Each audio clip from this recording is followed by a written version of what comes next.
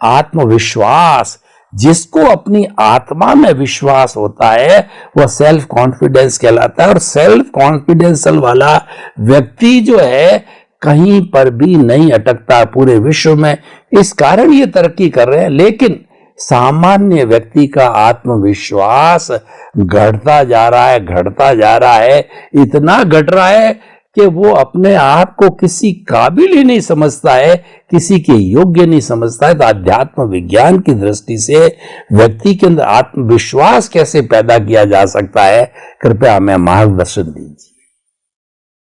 प्रश्न के लिए धन्यवाद। बहुत बड़ी बात है, आत्मविश्वास हर इंसान के लिए जरूरी बात है।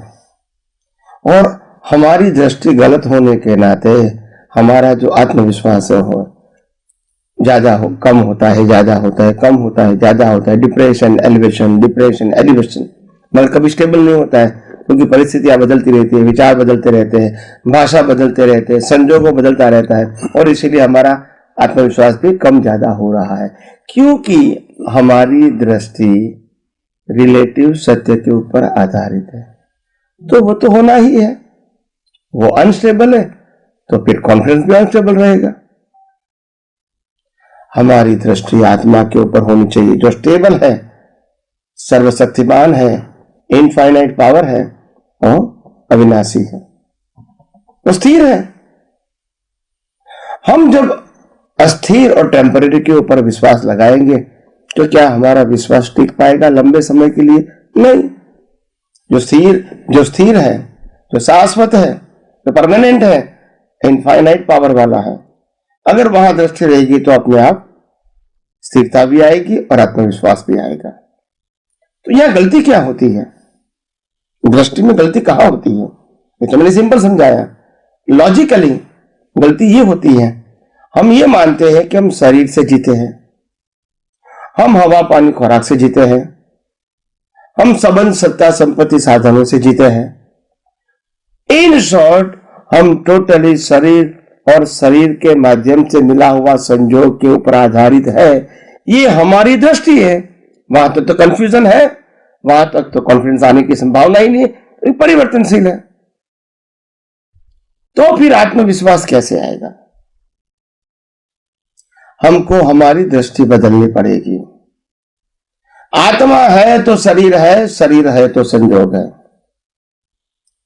संयोग के आधार से शरीर नहीं है और शरीर के आधार से आत्मा नहीं है।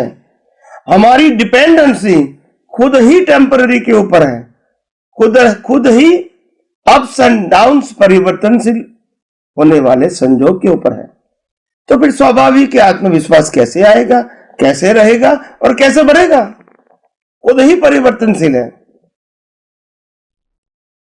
तो हमारी सोच को बदलो।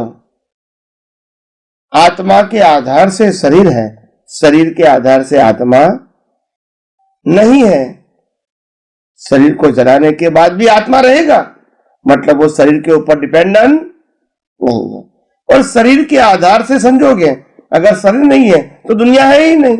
सत्ता संपत्ति संबंध साधन, अगर शरीर नहीं होता तो होता है? नहीं होता है, उसी को तो मृत्यु कहते हैं। तो हमको दृष्टि बदलना पड़ेगा। हम पहले अभी बाहर से अंदर जाते हैं।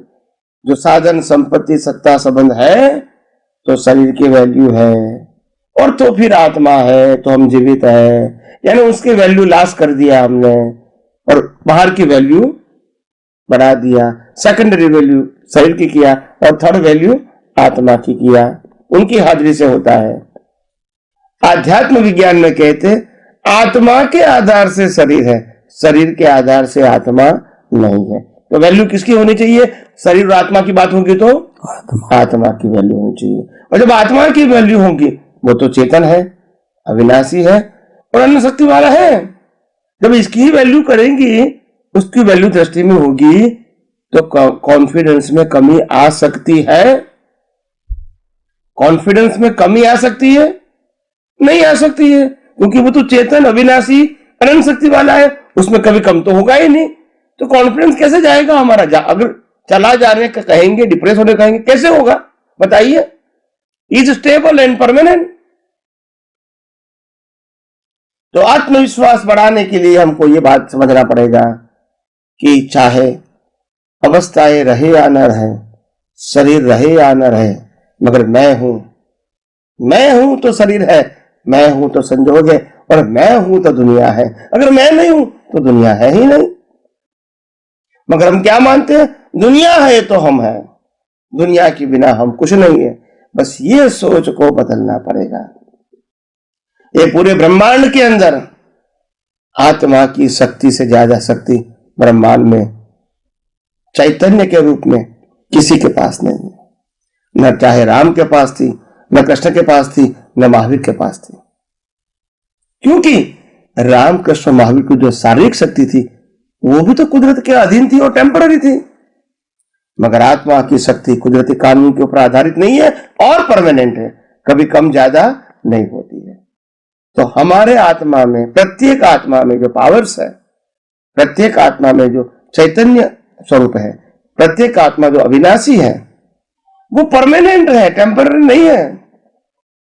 और उनके ऊपर रखा हुआ विश्वास वो कभी फेल नहीं हो सकता है, क्योंकि परमानेंट है। फेल कैसे होगा? जो परिवर्तन है उसमें पास फेल होता है, जो परिवर्तन है उसमें आने जाने का होता है, जो परिवर्तन होता है उसमें प्राप्ति और लॉस होता है। यहां तो संभव है ही नहीं। इसीलिए दृष्टि को बदलो। मैं हूं तो दुनिया है, मैं हूं तो शरीर है, मैं हूं तो साधन संपत्ति वैल्यू है। अगर मैं नहीं हूं तो मैं जंगल में जाऊंगा और जंगल के अंदर डायमंड, सिल्वर, गोल्ड, पेट्रोल, बहुत सारा केमिकल्स, कॉस्टली मटेरियल, यूरेनियम वगैरह है, पड़ा हुआ है, मगर इंसान नहीं है ना। आत्मा वाला इंसान नहीं है। वैल्यू कौन करेगा बताइए? गोल्ड, सिल्वर, डायमंड वहां पड़ा है, वहां जंगल के प्राणी भी है, पशु पक्षी भी है, वहां और सारे भी प्राणी हैं। क्या गोल्ड, सिल्वर, डायमंड की वैल्यू वो कर सकते हैं? तो वहां वैल्यू जीरो है। तो दुनिया की कोई भी चीज की वैल्यू क्या हमारे से ज्यादा हो सकती है? क्योंकि वैल्यूअर ही तो हम है। आखिर यही बात समझना है हमको।